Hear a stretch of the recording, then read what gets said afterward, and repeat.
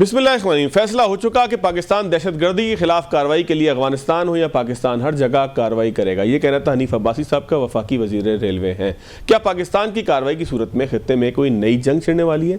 क्या हालात होंगे, क्या मामलात होंगे और बलूचिस्तान की महरूमी का बयानिया, हकीकत कितनी है, फसाना कितना है? मेरे साथ मौजूद है जनरल जाहिद महमूद साहब, रिटायर्ड जनरल है आर्मी, पाकिस्तान आर्मी के दिफाई तजियाकार हैं। आपका बहुत शुक्रिया। साथ में ज्वाइन किया मुश्ताक यूसुफजई साहब ने, सीनियर सहाफ़ी तजियाकार है, KPK के हालात के ऊपर, मामलात के ऊपर गहरी नज़र रखते हैं, और सीनियर सहाफ़ी तजियाकार PJ मीर साहब मेरे साथ मौजूद हैं। आप भी किसी तारुफ के मोहताज नहीं हैं। PJ मीर साहब, सर शुरू इब्तिदा आपसे ही करते हैं। सर, महरूमी बयानिया एक है बलूचिस्तान के हवाले से कि बलूचिस्तान को हकूक़ नहीं मिले, तो क्या हम ये कह सकते हैं कि पाकिस्तान के तमाम बाकी जो इलाके हैं वो हकूक़ से मालामाल हैं, वहाँ पर जो है वो शहद की नहरें बह रही हैं और बलूचिस्तान के साथ कोई स्पेसिफ़िक मामला है? या आप ये समझते हैं कि बलूचिस्तान की तरक्की के रास्ते में ख़ुद वो बयानिया रुकावट है कि जो दहशतगर्दी की तरफ लेके जाता है, मिलिटेंसी की तरफ लेके जाता है, जो किसी डैम को तबाह करने की कभी बात करता है, कभी ट्रेनें तबाह करने और रोकने की बात करता है? ज़्यादा तबाही बलूचिस्तान में किस बयानिया की वजह से आई है सर? जवाब है, एक तो जब आप कहते हैं कि डेवलपमेंट बलूचिस्तान में नहीं हुई है, जनरल परवेज मुशर्रफ जब आए थे उससे पहले बिल्कुल वाकई नहीं हुई थी। जब वो आए, आप एग्जामिन कर लें, ऑन रिकॉर्ड देख लें कि वहाँ कितनी तरक्की हुई है और क्या नहीं हुआ है। उसके बाद फिर ये काम ठंडा पड़ गया। अब इसको जो कैपिटलाइज करता है वो इंडिया इसको कैपिटलाइज करता है, दहशतगर्दी कराता है। आपने कुलभूषण यादव जैसे लोग वहां देखे, स्लीपर सेल्स वहां देखे, तो इंडिया लगा हुआ है। बल्कि अभी 4-5 दिन पहले मैंने कई प्रोग्राम्स इनके किए इसी के ऊपर, जाफर एक्सप्रेस के ऊपर, और उन्होंने हमें बड़ा क्लियरली एक दहशतगर्द कह दिया, जस्ट एट रैंडम। खैर एनीवे, जहालत को तो आप फाइट नहीं कर सकते हैं, बिकॉज उन्होंने अपना मौकफ रखना है, उन्होंने अपना एक स्टांस अपने अवाम को बताना है, और पर्टिकुलरली जो बलूची डिसिडेंट्स हैं, इंसर्जेंट्स हैं, उनके लिए ये काम करते हैं ये। तो खैर उनको जो जवाब मिलना था मिल गया। But at the end of the day I think ये जो एक प्लान, इंडिया का मास्टर प्लान है जिसमें पाकिस्तान को डिग्रेड करना, हालांकि मुझे अच्छा लगा था कि फॉर द फर्स्ट टाइम ये ट्रंप एडमिनिस्ट्रेशन ने पाकिस्तान की एफर्ट्स इन टेररिज्म उसको लॉन्च किया। प्रेसिडेंट ने खुद, ट्रंप ने खुद एक्नॉलेज किया, लेकिन इंडिया को ये हजम नहीं हुआ। और यहाँ भी यही मैंने उन्हें कहा है कि तुम कहते हो कि पाकिस्तान के अंदर क्या होता है क्या नहीं होता है। ये लोग जो हैं ये बेसिकली क्या करते हैं, ये हमेशा ये काम वो करते हैं कि जिसमें पाकिस्तान को अंडरमाइन इन्होंने करना है, जिसमें पाकिस्तान को गिराना है।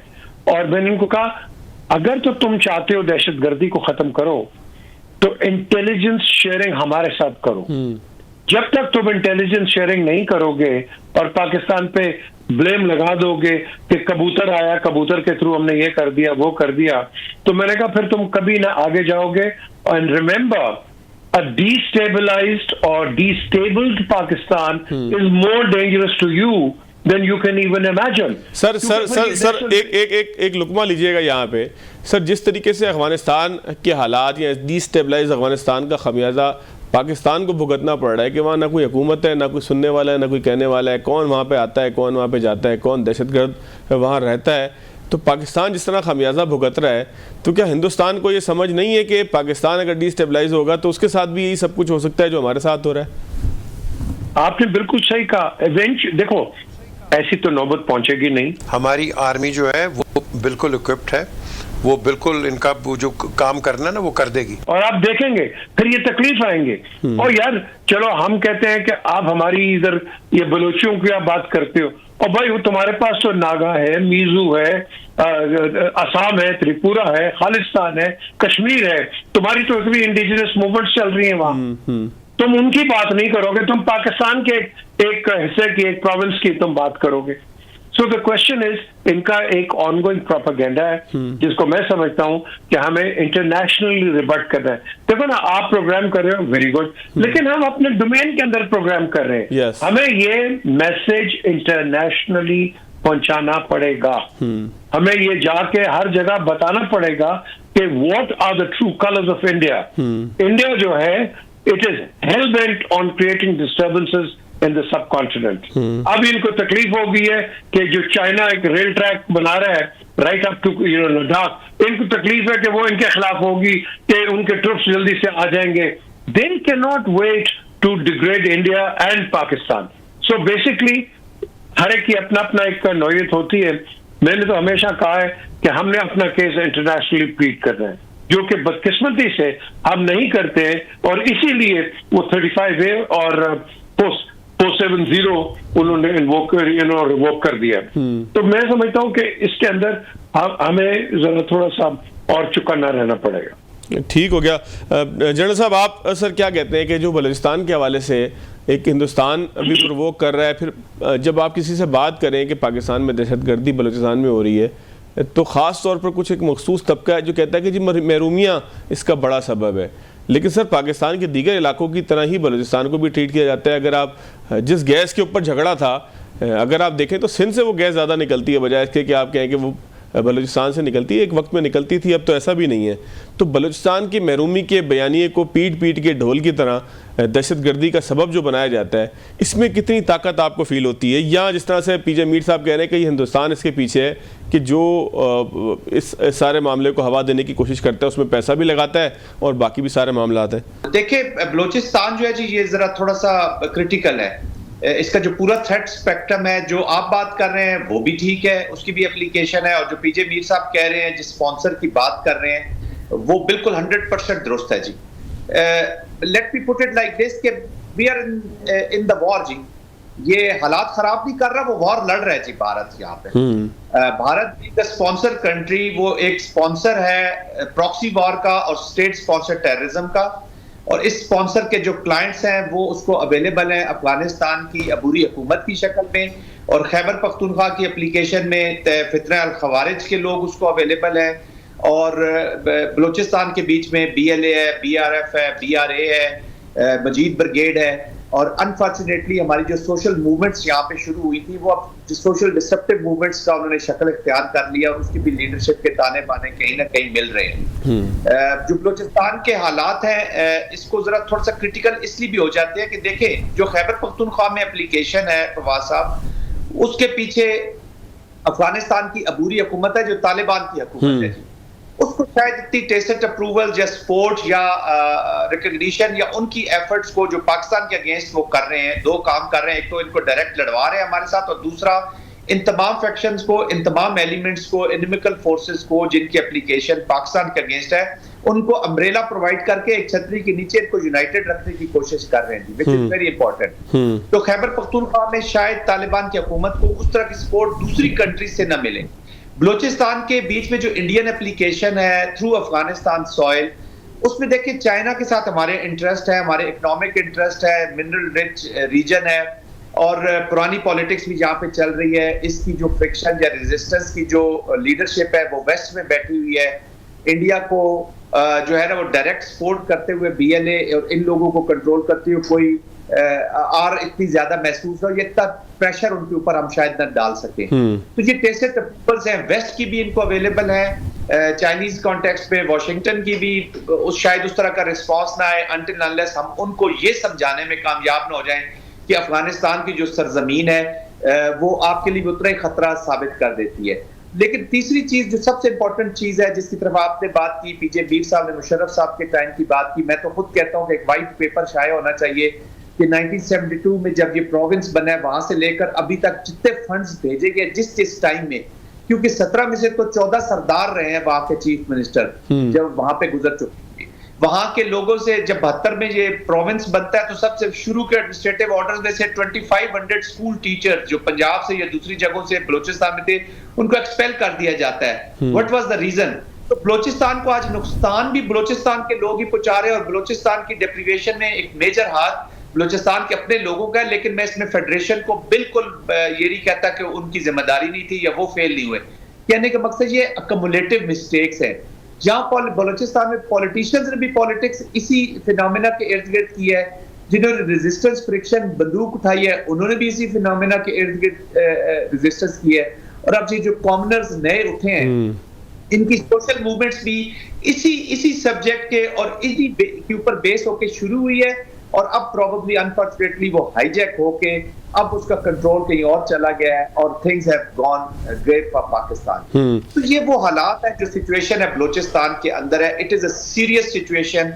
हमें अब वे फॉरवर्ड की बातें करनी है, प्रैक्टिकल बातें करनी है। ये कहानियां अब ना ये नई नस्ल सुनने को तैयार है, बिल्कुल, और ना वो आपको ऑफ करेगी जी, ये याद रखिए। बिल्कुल ठीक है। दो तीन चीज़ें हैं जनरल साहब, पीजे मीर साहब, दोनों मैं आपके पास छोड़ के जा रहा हूँ।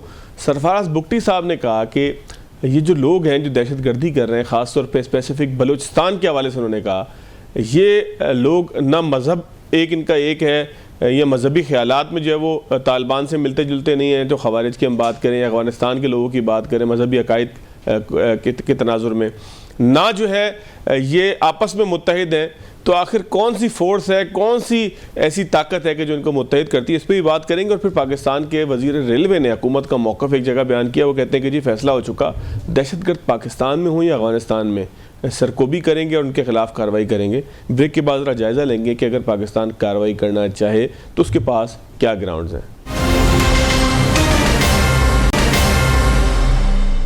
ब्रेक के बाद खुशामदीद। पीजे मीर साहब, सर ब्रेक से पहले आपके पास सवाल छोड़ के गया था। वजीर रेलवे मौसूफ फरमाते हैं कि पाकिस्तान ने फैसला कर लिया है कि कार्रवाई की जाएगी, चाहे फिर वो पाकिस्तान के अंदर हो या अफगानिस्तान के अंदर हो।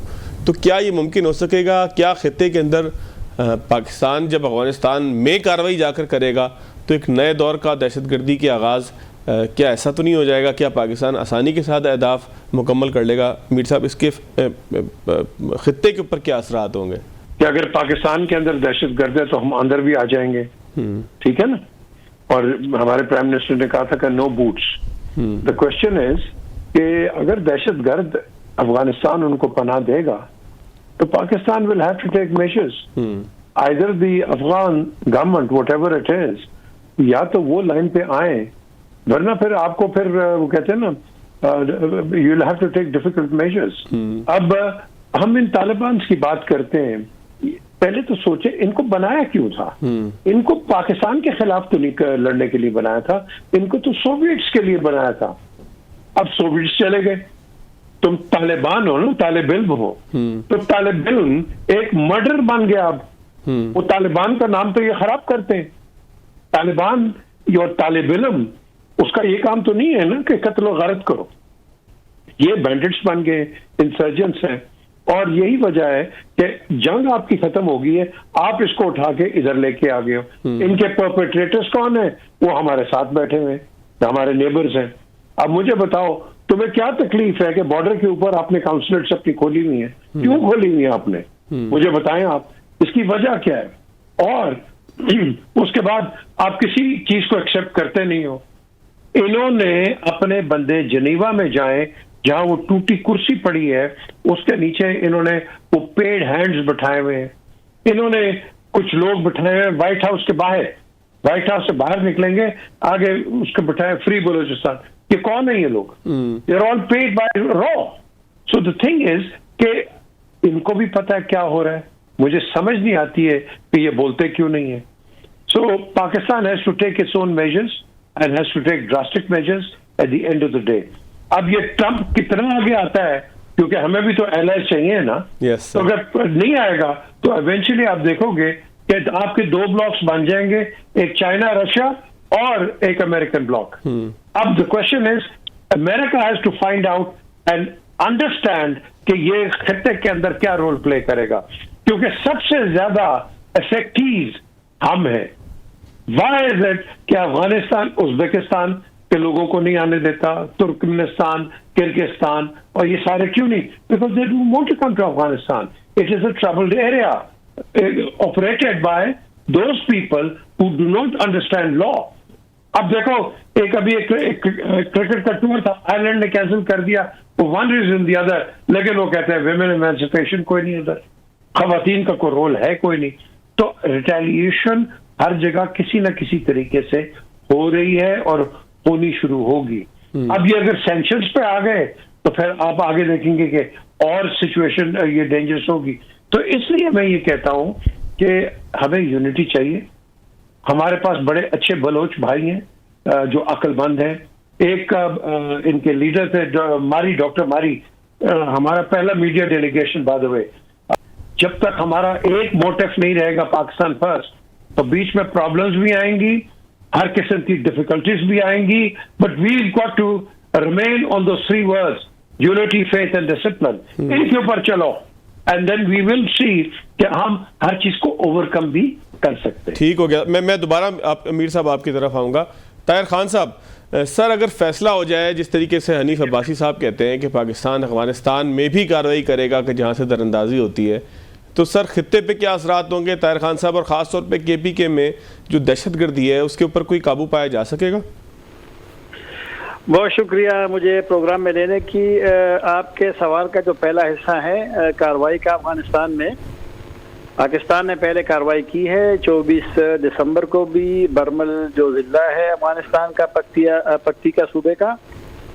लेकिन सवाल ये है कि क्या हम इन कार्रवाइयों से मकासद हासिल कर सकेंगे या इन मकासद के हुसूल के लिए अफगानिस्तान की हुकूमत के साथ जो एतमाद की ज़रूरत है वो मजीद खत्म नहीं, वो एतमाद खत्म नहीं हो जाएगा और पेचीदगियाँ पैदा नहीं होंगी। लेकिन ताहिर खान साहब ये बात भी शामिल कर लीजिएगा कि उनकी कैपेबिलिटीज़ कितनी है कि अगर उनसे बातचीत की जाए तो क्या उनका इतना इख्तियार है कि वो पूरे अफगानिस्तान के ऊपर कंट्रोल कर सकें कि कोई दहशतगर्द वहाँ पे पनाह ना ले जाके?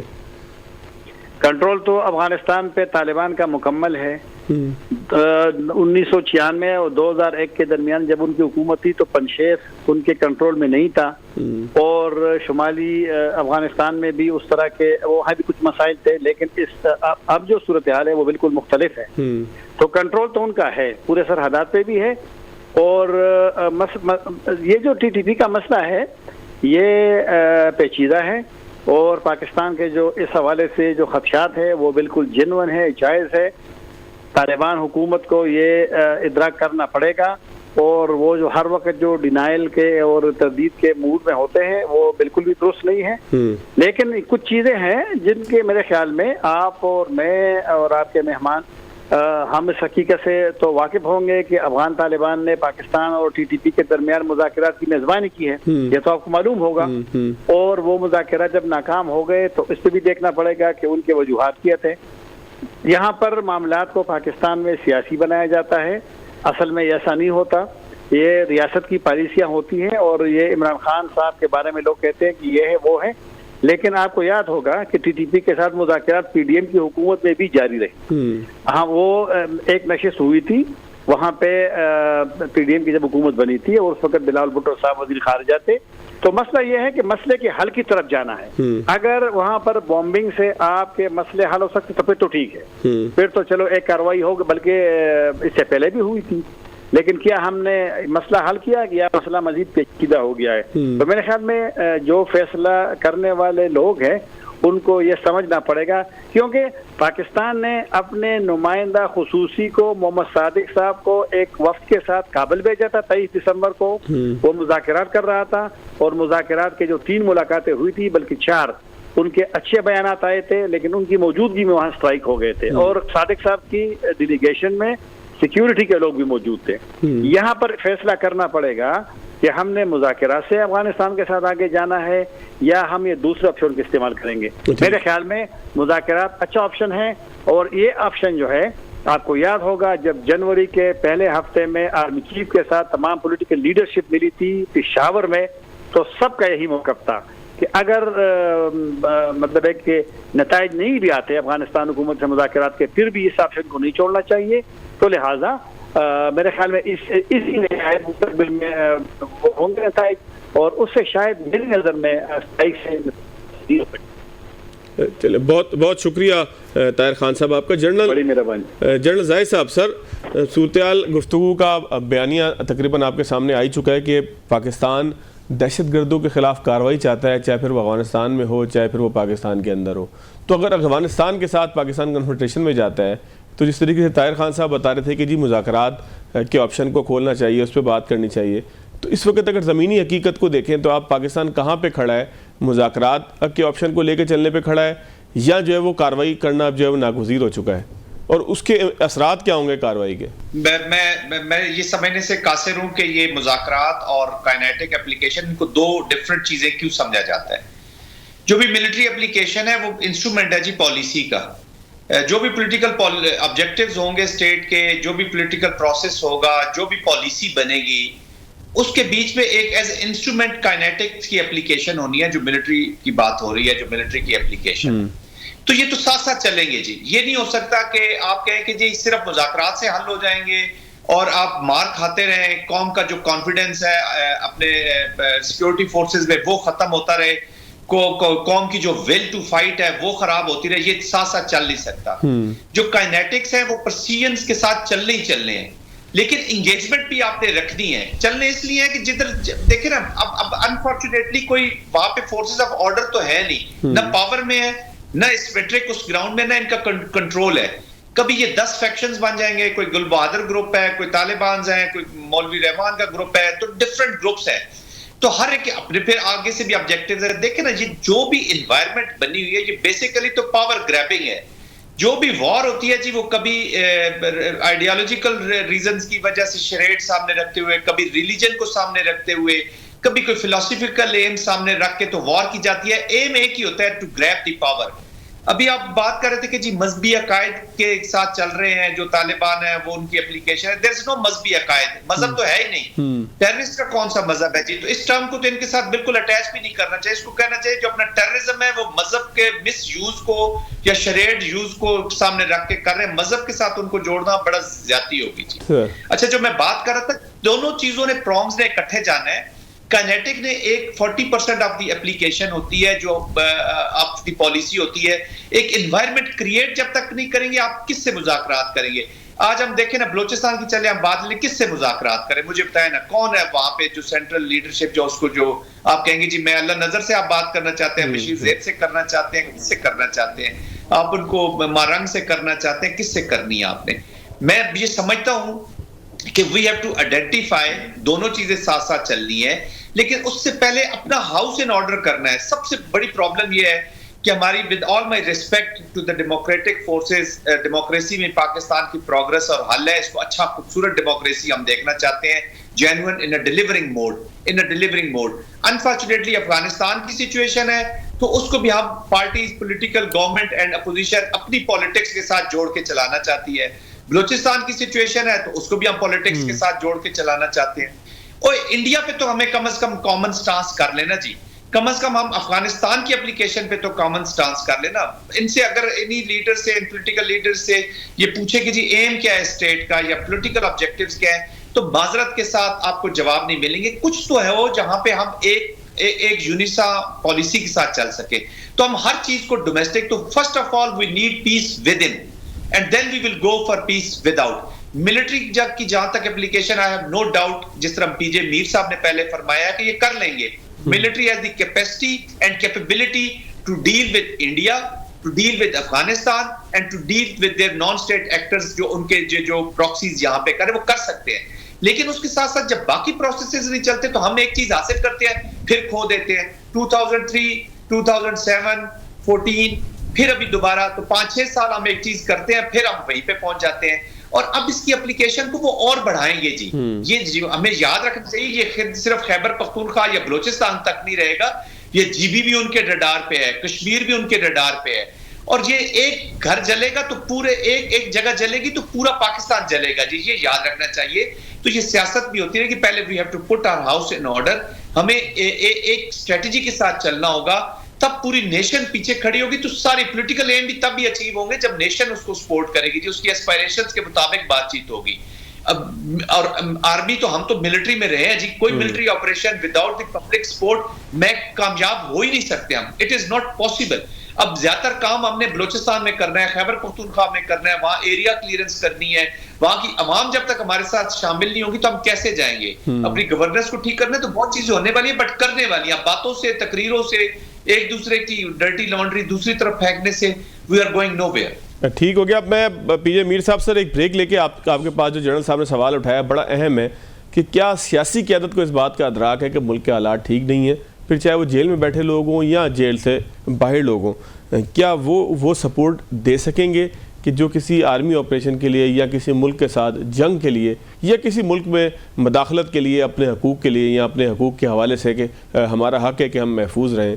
मैं अफ़गानिस्तान के तनाज़ुर में बात कर रहा हूँ, तो सियासी क़यादत का एक पेज पर होना, कौम का जो है वो अपनी फ़ौज के पीछे पुष्ट बना होना, ये तमाम बड़ी अहम बातें हैं। तो मीर साहब, ये सवाल मैं आपके पास छोड़ के जा रहा हूँ, ब्रेक के बाद इस पर आपसे जायज़ा लूँगा और जनरल साहब से फिर कंक्लूड करवाएंगे। ब्रेक के बाद खुशामदीद पेज मीर साहब। सर, सवाल आपके पास छोड़कर गया था, जनरल साहब ने एक सवाल उठाया था कि सियासी क़यादत किधर है, सियासी क़यादत क्यों नहीं खड़ी होती पीछे? अगर सियासी क़यादत ने ही फैसला करना है, फिर चाहे किसी जानिब की भी हो। और फिर मैं जनरल साहब से भी ज़रूर पूछूंगा, जो ताहिर खान साहब ने कहा कि एक तासुर ये उभरता है कि जैसे फ़ौज कोई ऑपरेशन करना चाहती है और पॉलिटिकल गवर्नमेंट जो है वो बातचीत चाहती है, और इन दोनों के दरमियान कोई कॉन्फ्लिक्ट के नतीजे में ऐसा है। ये एक हल्का सा एक तासुर आया था, तो मैं उस तासुर की भी नफ़ी या तस्दीक करवा सकूँगा। मीर साहब, आपके पास सवाल था सर कि सियासी क़यादत जमा होगी सर? अगर सियासी क़यादत कभी भी जमा होती तो ये जो बार बार फ़ौज पे तनकीद होती है ये कभी ना होती, क्योंकि फ़ौज बेसिकली इज़ नॉट इंटरेस्टेड। अगर ये मुल्क है, अब कई लोग मुझसे इत्तफाक शायद ना करें, इट डजंट मैटर, अगर ये फ़ौज ना हो ना तो आप सर्वाइव नहीं कर सकते, क्योंकि आपके पॉलिटिकल इंफ्रास्ट्रक्चर ने इतना गंद डाल दिया हुआ है कि आपके सामने हिस्ट्री आपके सामने है, तो किसी को बताने की ज़रूरत नहीं है। आज जो हम पॉलिटिक्स की बात कर रहे हैं, आपकी पॉलिटिकल पार्टीज अपनी सर्वाइवल की बात कर रहे हैं, अवाम की बात कर रहे हैं। वो मुझे बता दें, वो एक पार्टी है इमरान खान को रिलीज करो, दूसरी पार्टी है इमरान खान को अंदर करो। हमने टारगेट्स बनाए हुए हैं, यही हमने जो अपना मोटिस ऑपरेंडी रखा है। पहले वो था बेनज़ीर, फिर जरदारी, फिर उसके बाद Nawaz Sharif, and now it's Imran Khan. So the thing is, हमें इन छोटी छोटी चीज़ों से बाहर निकलना है। अगर वो बाहर निकलोगे तो ये जो फिफ्थ कॉलमिस्ट हैं ये कभी भी आपका एडवांटेज नहीं ले सकते।